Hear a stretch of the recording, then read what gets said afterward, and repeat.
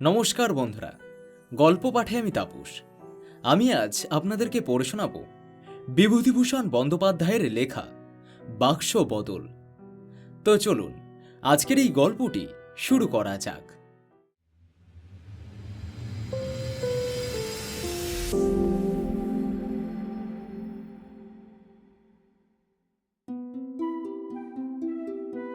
প্রতুলের বাবার যা কাণ্ড, তার ব্যস্ততার জন্য সব মাটি।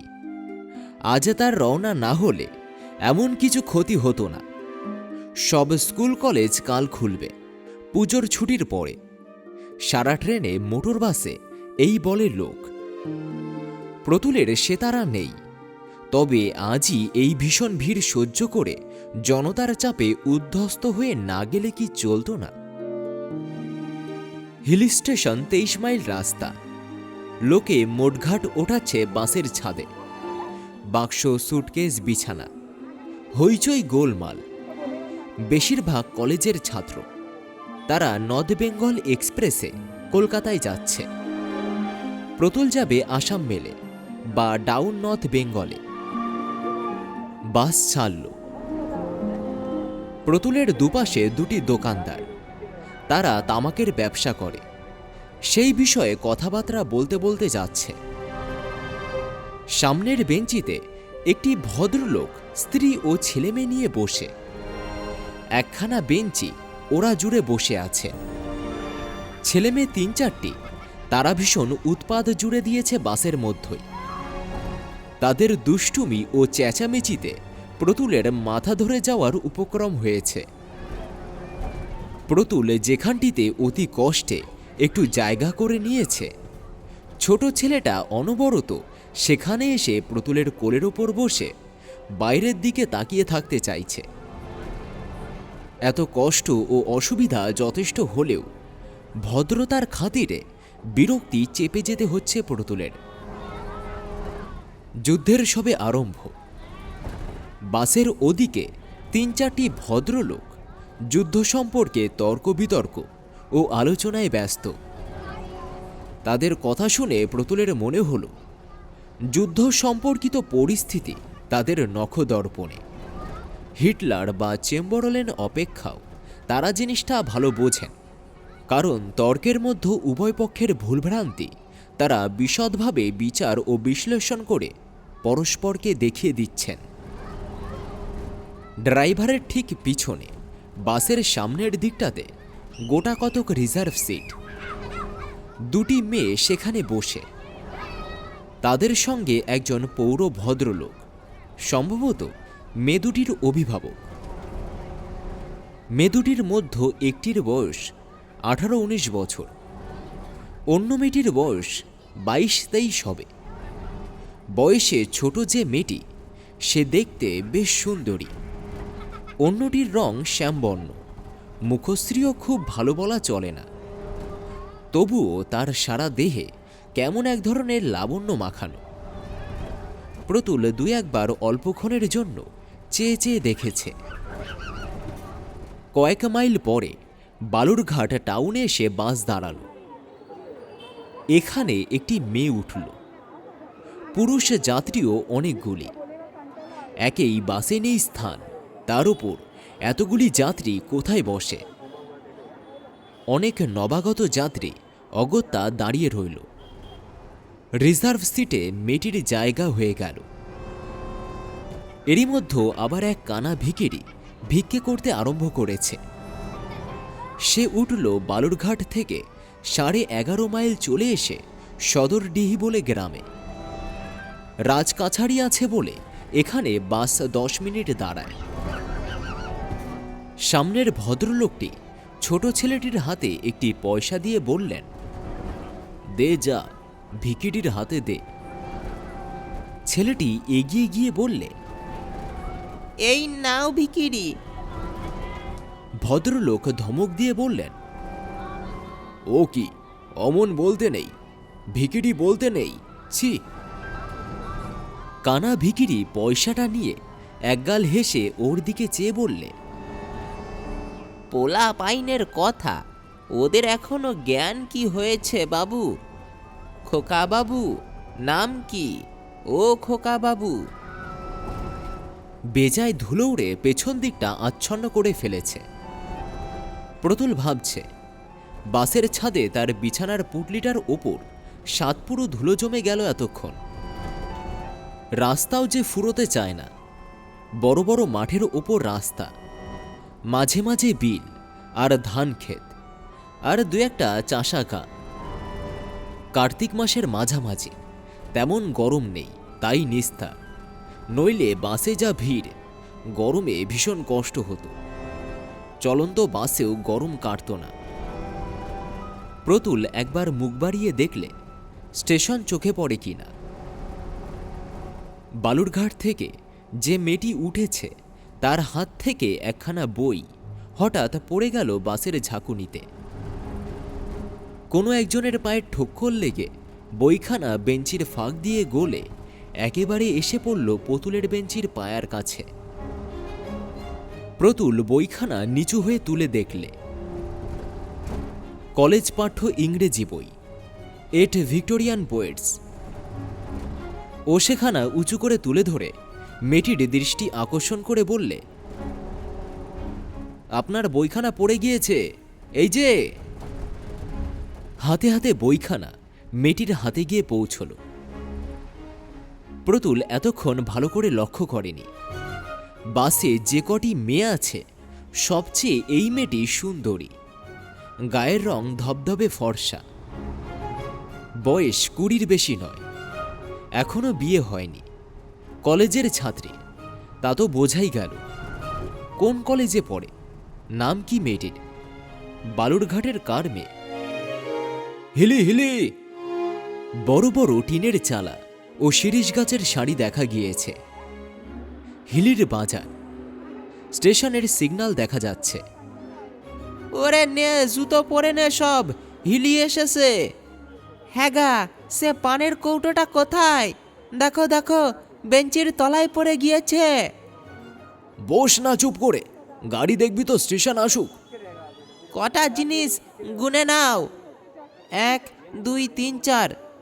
গাড়ির ছাদে আছে 1 2 3। আসাম মেলের ডাউন দিয়েছে। হুড়মুড় করে যাত্রীরা সব নামতে আরম্ভ করেছে। বাসের ছাদ থেকে কন্ডাক্টর মাল নামিয়ে কুলির মাথায় চাপাচ্ছে। গোলমাল সেখানটাতে যেমন, ভিড়ও তেমনই। আরে ওই লাল সুটকেসটা, ওই যে গামছা বাঁধা, দাও নামিয়ে। সামলে সামলে, এই ভালো করে ধর, কাচের জিনিস আছে ভেতরে। ওটা না ওটা না, ওই টিনেরটা, লেখা আছে RCT। হ্যাঁ ওইটে। আসাম মেল এসে দাঁড়ালো। যাত্রীর দল মোটঘাট নিয়ে ঊর্ধ্বশ্বাসে ছুটেছে। প্রতুলের মোটে একটা টিনের সুটকেস আর একটা বিছানা, তত ভারীও নয়। নিজেই সেটা হাতে করে ছুটল টিকিট ঘরের দিকে। কুলির হাতে দিলেই এক্ষুনি আবার 4টে পয়সা। আসাম মেলে তত ভিড় ছিল না, কিন্তু পার্বতীপুর থেকে যে শিলং মেল ছাড়ল সেটা আসছে লখনৌ বা কানপুর থেকে। হিন্দুস্থানি যাত্রীরা আসামের দিকে চলেছে শীতকালের প্রথমে বিভিন্ন চা বাগানে কাজ করতে। তাদের ভিড়ে দাঁড়াবার জায়গা পর্যন্ত নেই ট্রেনে। রঙিয়া জংশনে ভোরবেলা ট্রেন পৌঁছল। এখান থেকে 16 মাইল দূরে ভাটখালি চা বাগান। প্রতুল ডাক্তারি করে বছরখানেক। এই চাকরিটাতে ঢুকেছে। ফ্রি কোয়ার্টার দিয়েছে চা বাগান থেকে। জিনিসপত্র সস্তা, একরকম চলে যাচ্ছে। রঙিয়ায় নেমে আবার মোটর বাস। বাগানের 2 মাইল তফাত দিয়ে রাঙাপাড়া রোড দিয়ে বাস চলে গেল। এইটুকু পথে একজন কুলির মাথায় সুটকেসটা চাপিয়ে বেলা 9:30 আন্দাজ প্রতুল চা বাগানে নিজের কোয়ার্টারে এসে উঠল। বড় নির্জন জায়গা। দূরে অনুচ্ছ নীল পাহাড় মেঘের মতো দেখা যায়। একদিকে খুব বড় একটা জলা, নলখাগড়া বনে ঘেরা।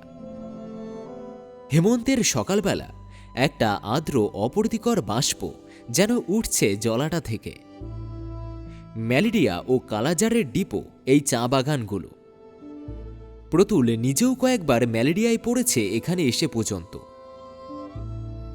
ডাক্তারখানার আসামি কম্পাউন্ডার শিবনাথ ভট্টাচার্য, একধারে ডাক্তারখানার কম্পাউন্ডার ও প্রতুলের পাচক।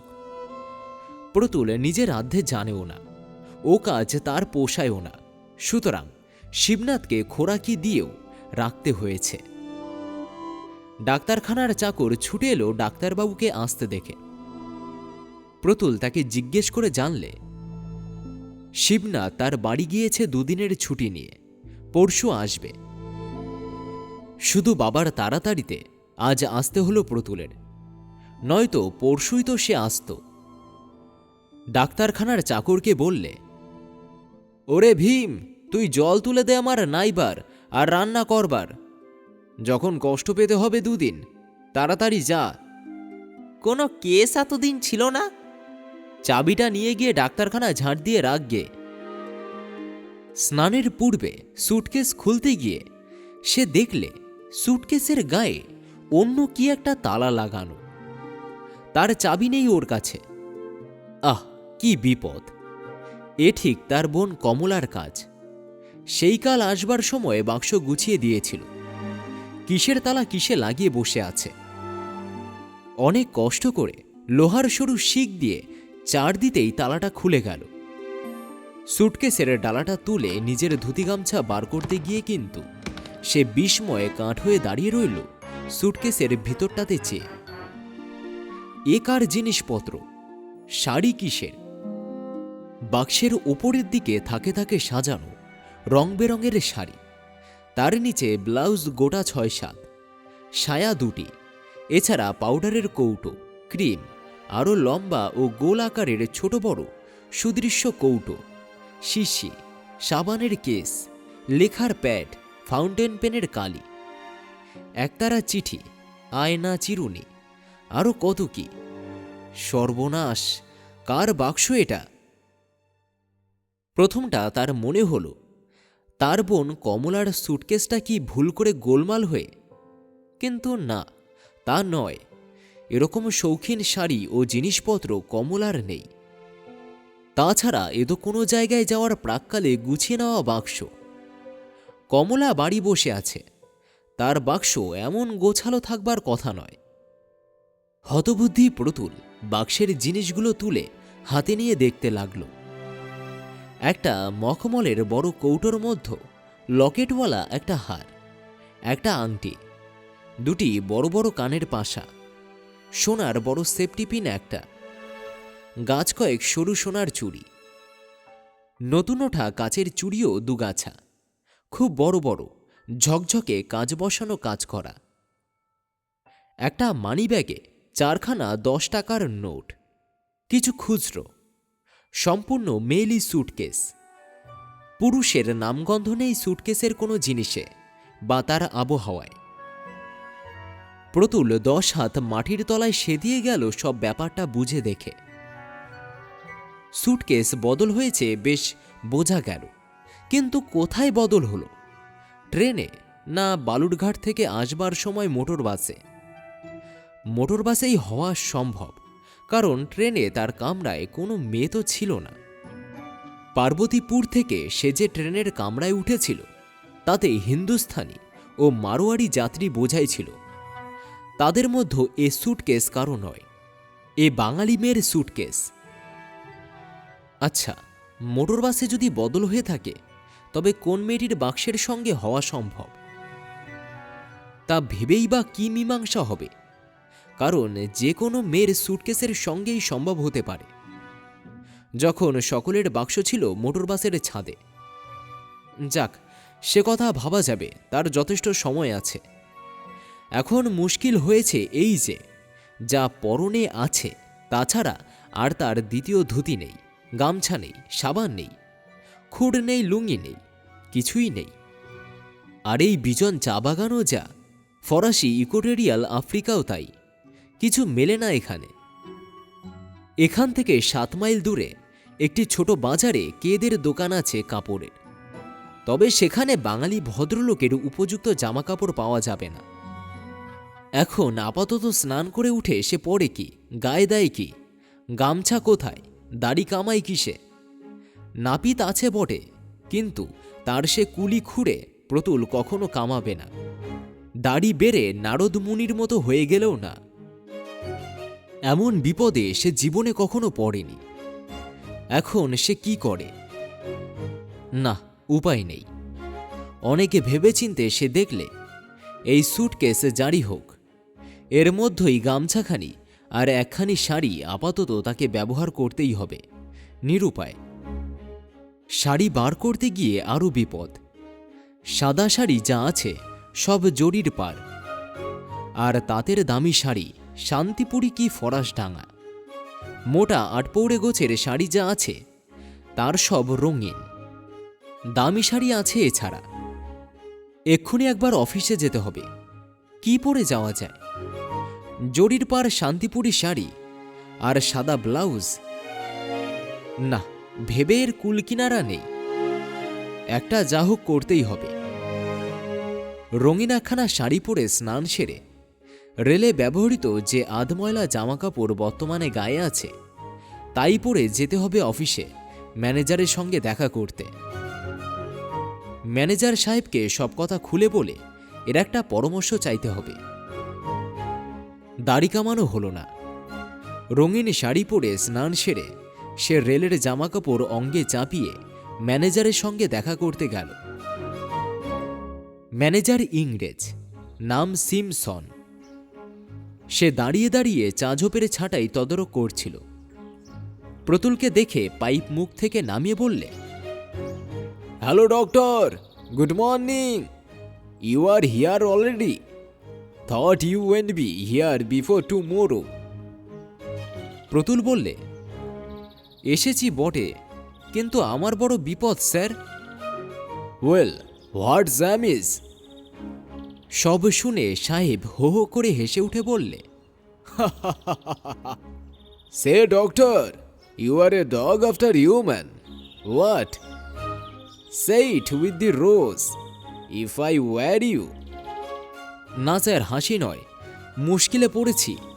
একখানা কাপড় নেই, জামা নেই, দাড়ি কামাবার খুর পর্যন্ত নেই।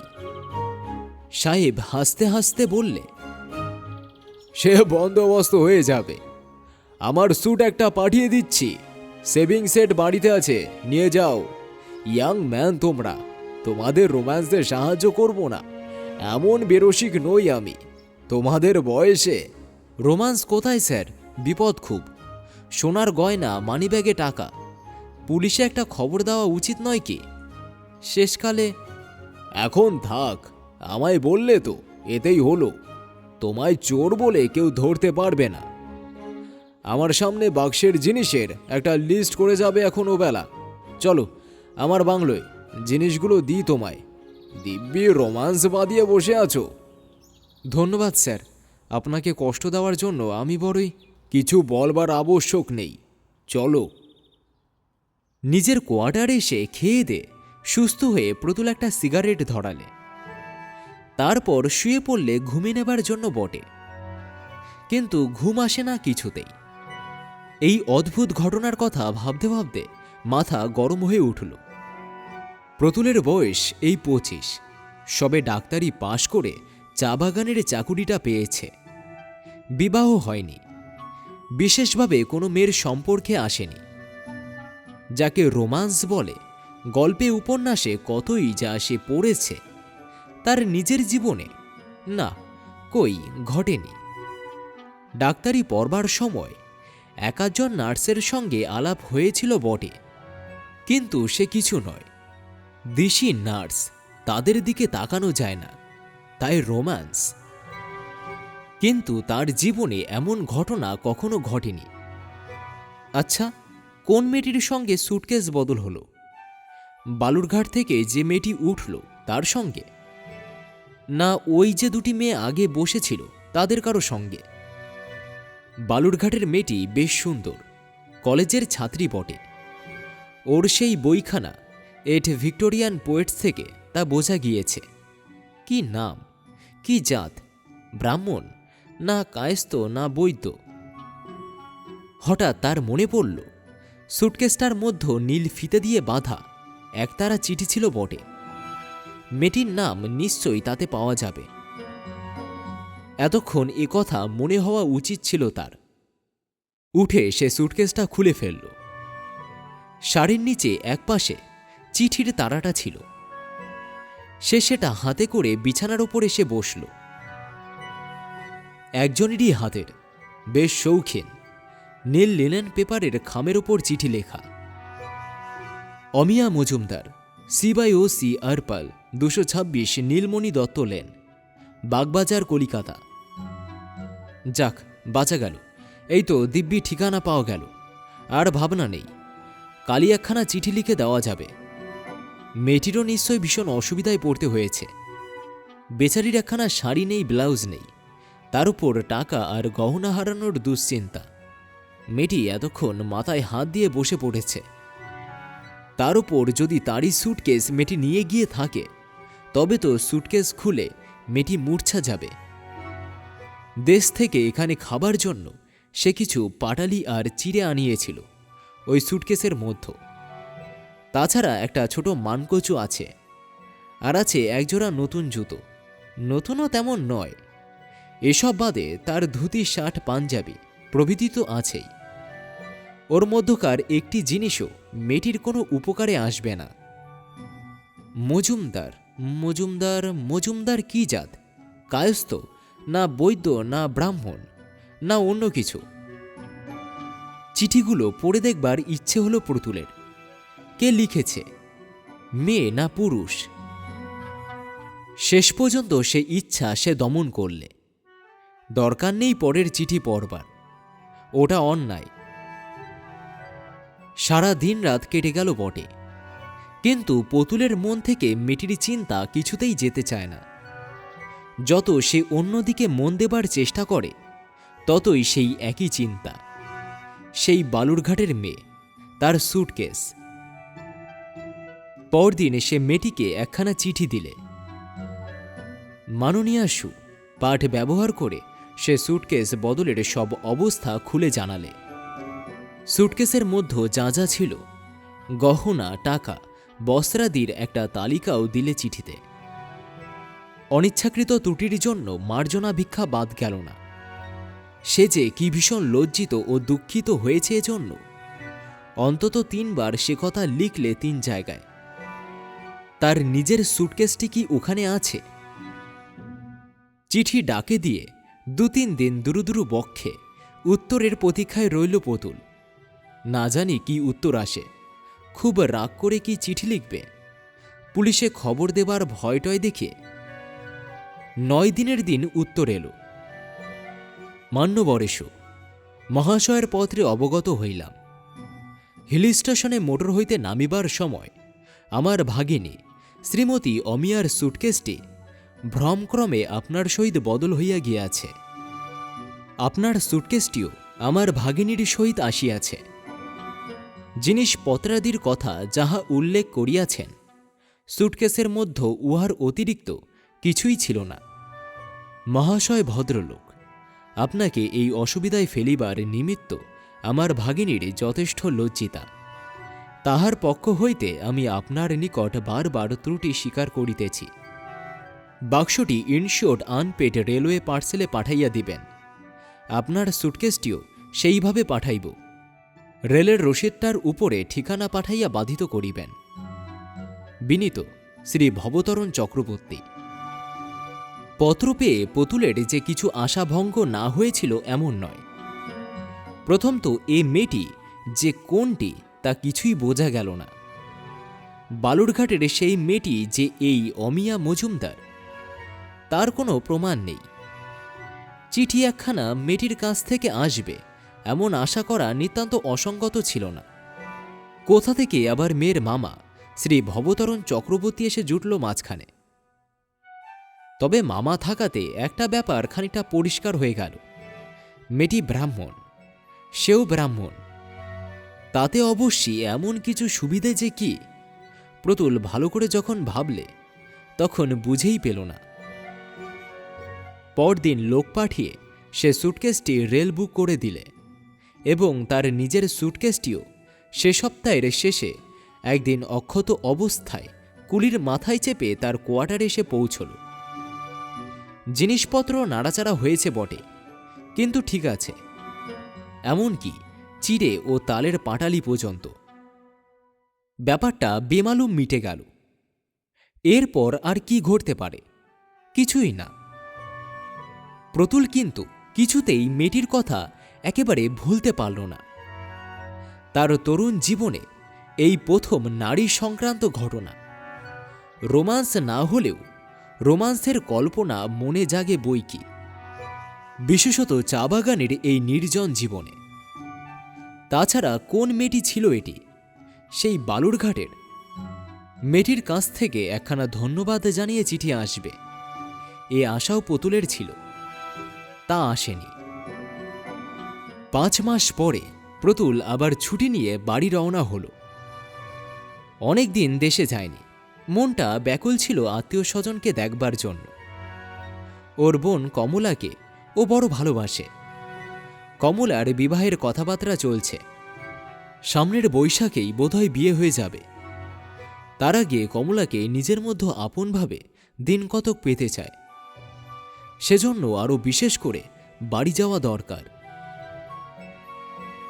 হিল স্টেশনে নেমে বসে থাকতে হলো।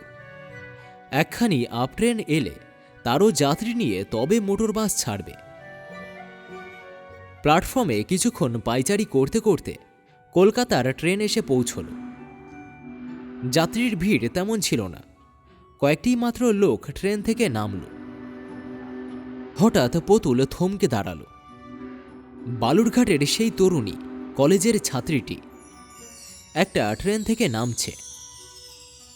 ওর হাতের দিকে চেয়ে কিন্তু সে চোখে অন্ধকার দেখলে কিছুক্ষণের জন্য।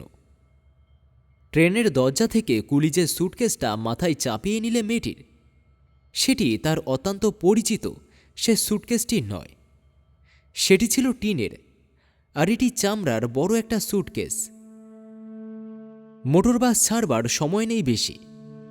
প্ল্যাটফর্মে নেমে মেয়েটি একবার চারিদিকে চেয়ে দেখলে, যেন একটু হতাশ হয়ে পড়ল। মোটর বাসে উঠবার সময় প্রতুল শুনলে মেয়েটি কন্ডাক্টরকে বললে, বালুরঘাটের সাব ডেপুটি বাবুর বাড়ি থেকে কোনো লোক আসেনি? কন্ডাক্টর বললে, ডিপুটি সাব नहीं माई जी, आप उठिए, हजर क्या बालूरघाट में उतार देगा। বাস চলছে। মেয়েটির প্রতি ঔদাসীন্য এসে গিয়েছে পুতুলের। সে অন্যদিকে চেয়ে আছে, অন্য কথা ভাবছে। বাক্সের অদল বদল হয়েছিল বলেই তার মন বালুরঘাটের মেয়েটির প্রতি আগ্রাহিত হয়ে উঠেছিল। মেয়েটি সুন্দরী বলে নয়, সুন্দরী মেয়ে সে অনেক দেখেছে। এমন একটা ঘটনা ঘটেছিল যে মেয়ের সম্পর্কে তার প্রতি মন আকৃষ্ট হওয়া খুবই স্বাভাবিক। প্রতুলের কেন, সকলেরই হয়, আরও বেশি করে হয়। এর ওপরেও যদি মেয়েটি সুন্দরীর পর্যায়ে পড়ে। কিন্তু এ যখন সে মেয়ে নয়, প্রতুল ওর সুটকেস দেখেই তা যখন বুঝলে, সেই মুহূর্তে পুতুলের মন থেকে মেয়েটি একদম মুছে গিয়েছে। যাকে নিয়ে তার মন নিভৃতে কত স্বপ্নজাল বুনেছিল একসময় ভাটখালির চা বাগানের বনানিবৃষ্ট নির্জন বাংলোতে। এ সে মেয়ে নয়। যাত্রীদের ভিড় বেশি নেই, ভদ্রলোকও নেই, সে আর মেয়েটি ছাড়া। ড্রাইভারের ঠিক পিছনে রেলিংয়ে দাঁড়িয়ে অন্য যাত্রীকে বসবার জায়গা থেকে পৃথক করা রিজার্ভ সিটে মেয়েটি বসে আছে। প্রতুল তার ঠিক পিছনের লম্বালম্বিভাবে পাতা বেঞ্চের প্রথমেই বসেছে, রিজার্ভ সিটের পিতলের গড়াদে ঠেসে দিয়ে। একটা ছোট বাজারে বাস দাঁড়ালো। দু একজন যাত্রী ওঠানামা করল। প্রতুল লক্ষ্য করলে মেয়েটি তার দিকে চেয়ে চেয়ে দেখছে। কি যেন বলবার আছে ওর, কিন্তু বলতে বাদো বাদো ঠেকছে। ভাবটা এই রকম, কি বলবার থাকতে পারে মেয়েটির? সে কি এগিয়ে গিয়ে মেয়েটির সঙ্গে কথা কইবে? মোটর বাস ছাড়বার কিছুক্ষণ পূর্বে হঠাৎ মেয়েটি ওর দিকে ফিরে বললে, আপনি কি বালুরঘাটে যাবেন? প্রতুল চমকে উঠে বললে, বালুরঘাট? হ্যাঁ, তা না, বালুরঘাট কেন বলুন তো? প্রতুলের উত্তর দেওয়ার ধরন ও অবস্থা দেখে তরুণীর সুন্দর মুখে হাসির অতি ক্ষীণ অস্পষ্ট রেখা ঈষৎ ফুটে উঠেই মিলিয়ে গেল। সে বললে, দেখুন, আমি বড় মুশকিলে পড়ে গেছি। রাত হয়ে গেল। বালুরঘাটে আমার কাকা গভর্নমেন্ট অফিসার। বাসা থেকে লোক আসবার কথা আছে নর্থ বেঙ্গলের সময়। আমি একটা ট্রেন আগে এসে পড়েছি। কি করে বাসায় যাব? তাছাড়া আপনি যদি আগে নেমে যান তবে গাড়িতে আর দ্বিতীয় ভদ্রলোক নেই। এই অন্ধকার রাত, এ পথে ভয়ও তো আছে জানি। মেয়েটি যেন অসহায়ভাবে ওর মুখের দিকে চাইলে। প্রতুল লাফিয়ে উঠল প্রায়। বললে, কোনো ভয় নেই, আমি আপনাকে পৌঁছে দেব বাড়ি। আমিও ওখানেই যাব, চলুন। মেয়েটি যেন সাহস ও আশ্বাস পেয়ে মনের বল ফিরে পেল, কিন্তু মুখে বললে, আপনাকে সে বড় কষ্ট দেওয়া হবে। আপনি বালুরঘাটে নেমে দয়া করে আমাকে একখানা গাড়িতে তুলে দেবেন। কিছু না, আপনি সেজন্য কিছু মনে করবেন না। কার বাসায় যাবেন আপনি? আমার কাকা ওখানকার সাবডেপুটি সুধাংশু কুমার মজুমদার। প্রতুলের বুকের মধ্যে হঠাৎ যেন দুলে উঠল। যে কথাটা ভুলেছিল এতক্ষণ, সেটা আবার ওর মনে সাড়া জাগাল। একটা কথা বলবো, যদি কিছু মনে না করেন। আপনার নামটি জিজ্ঞেস করতে পারি কি? আগে আমার নাম অমিয়া মজুমদার।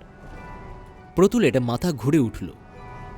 বাস, লোকজন, গাছপালা, পৃথিবী, আকাশ, বাতাস দুলে উঠল, যেন বিরাট একটা ভূমিকম্প। অমিয়া মজুমদার, অমিয়া মজুমদার। অতি কষ্টে নিজেকে সামলে বললে, আর একটা কথা বলবো, কিছু যদি মনে না করেন। আপনার সঙ্গেই আমার সুটকেস বদল হয়েছিল গত পুজোর ছুটির সময়। আমারই নাম প্রতুল ভট্টাচার্য। আমি ভাটখালি চা বাগানে থাকি, ডাক্তার। মেয়েটির ডাগর ডাগর চোখে বিস্ময় ও কৌতূহলের দৃষ্টি ফুটে উঠল। অল্পক্ষণ চুপ করে ওর দিকে চেয়ে থেকে বললে, ও আপনি প্রতুলবাবু? আপনাকে আমি চিনি। আমাকে আমাকে চেনেন কিভাবে? সেবারে বাসে আমার একখানা বই পড়ে যাওয়াতে আপনি আমায় কুড়িয়ে দিয়েছিলেন না? প্রতুল হেসে বললে, ঠিক বটে, মনে পড়েছে। কিন্তু বাক্স বদলের চেনাটা বড় বেশি রকম করে চেনা নয় কি? ওহ, কি কষ্ট দিয়েছিলাম আপনাকে, মনে থাকবে চিরকাল। মেয়েটি প্রতিবাদের সুরে হাসি মুখে বললে, না না, তা আর কি, অমন ভুল তো হয়েই থাকে। আমারই দোষ। আপনার কি দোষ? আমারই দোষ। যতই তাড়াতাড়ি হোক নিজের জিনিস দেখে নেওয়া উচিত ছিল। আপনি কোন কলেজে পড়েন? স্কটিশ চার্চে। এবার দেবেন বুঝি বিয়ে? 3rd ইয়ার শেষ হবে এবার, সামনের বারে দেব। আপনার মামার নাম বুঝি ভবতরণবাবু? মামা বাড়িতে থাকেন বুঝি? না, মামা বাড়ি ওটা নয়। মামা একা থাকেন, উনি জ্যোতিষী, কেউ নেই বাসায়। আমি রাঁধি, মামা আর আমি থাকি। রাত্রি 8:30টার সময় বালুরঘাটে বাস এলো। প্রতুল মেয়েটিকে বললে, আপনাদের বাসা কত দূর? একখানা গাড়ি করি? মেয়েটি বললে, গাড়ি করতে হবে না, কুলির মাথায় দিয়ে চলুন যাই, ওই মোড় ঘুরলে 3 মিনিটের পথ। এরা বাসায় পৌঁছতেই একদল বালক বালিকার উল্লাসসূচক কলরবের মধ্যে ওদের অভ্যর্থনা হল। মেয়েটির কাকা সুধাংশুবাবু প্রতুলকে যথেষ্ট আপ্যায়িত করলেন। প্রতুল তখনই চলে যেতে চাইলে সে কথাতে তিনি কর্ণপাতও করলেন না। রাত্রে তিনি কোথাও তাকে যেতে দেবেন না। কাল সকালে সে পরামর্শ হবে কখন যাওয়া যায় না যায়। আপাতত হাত মুখ ধুয়ে বিশ্রাম করে একটু চা খেলে তিনি কৃতার্থ হবেন। ইতিমধ্যে বাড়ির মধ্যে মেয়েটির দ্বারা রাষ্ট্র হয়ে গেল যে এই সেই লোক যার সঙ্গে তার বাক্স বদল হয়েছিল। এতক্ষণ পর্যন্ত প্রতুল ছিল মাত্র জৈনিক সহৃদয় পথিক ভদ্রলোক, যিনি তাদের অমিয়াকে একা আসতে দেখে দয়া করে তাকে বাসায় পৌঁছে দেবার কষ্ট স্বীকার করেছেন। কিন্তু একথা প্রকাশ হবার পরে প্রতুল বাসাশুদ্ধ সকলের নতুনতর কৌতূহল ও প্রশংসার কেন্দ্র হয়ে উঠল। মেয়েটির কাকা বাড়ির মধ্য থেকে এ কথা শুনে এসে তাকে বললেন, আপনার সম্বন্ধে যে কথা শুনলাম অমির মুখে, তাতে আপনাকে আর সাধারণ ভদ্রলোক বলে ভাবতে পারি নে তো। আপনি অতি মহৎ লোক।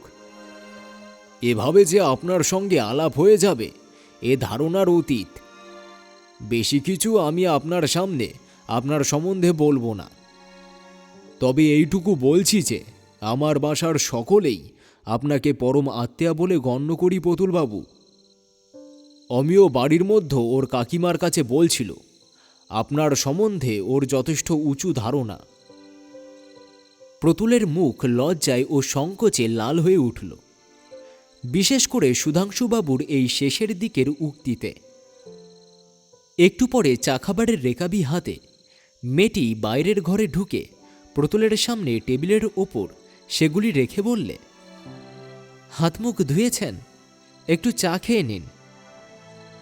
সুধাংশুবাবুর হঠাৎ কি একটা কাজের কথা মনে পড়ে যাওয়াতে তিনি বললেন, অমি, তুই এখানে বস একটু, ওকে আরও এক পেয়ালা চা এনে দিস।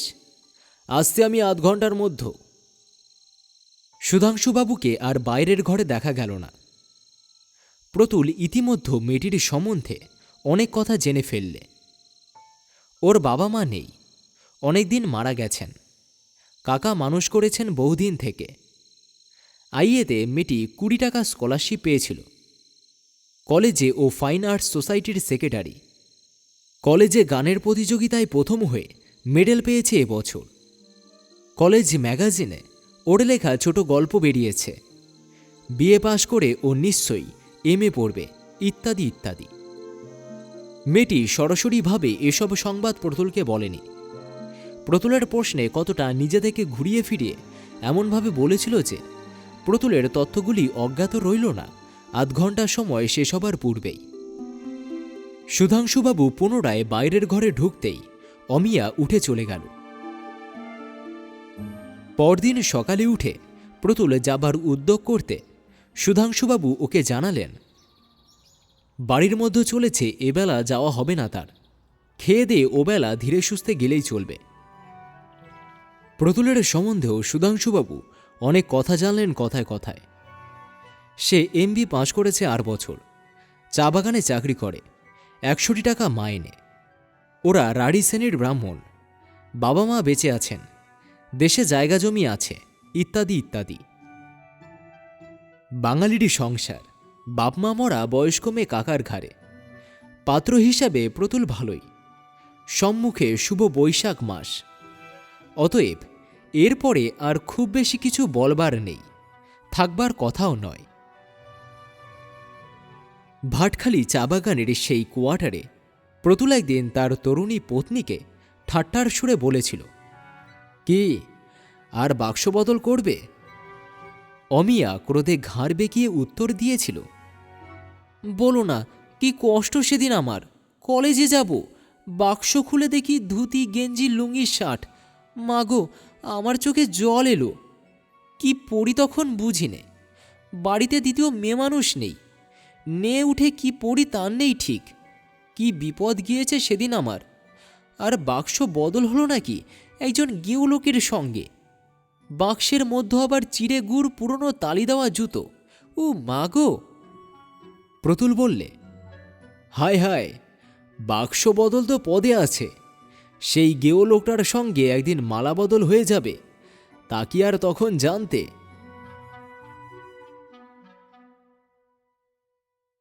আজকের গল্প এখানেই শেষ হলো। গল্পটি আপনাদের কেমন লাগলো জানাতে অবশ্যই কমেন্ট করবেন। আর যদি ভালো লেগে থাকে তাহলে অবশ্যই একটি লাইক করবেন। আর আপনি যদি এই চ্যানেলে নতুন হয়ে থাকেন তাহলে অবশ্যই চ্যানেলটিকে সাবস্ক্রাইব করে বেল আইকনে ক্লিক করতে কিন্তু ভুলবেন না, যাতে নতুন নতুন গল্পের নোটিফিকেশন সবার আগে আপনার কাছে পৌঁছে যায়। ভালো থাকবেন, দেখা হচ্ছে আবার কোনো নতুন গল্পে।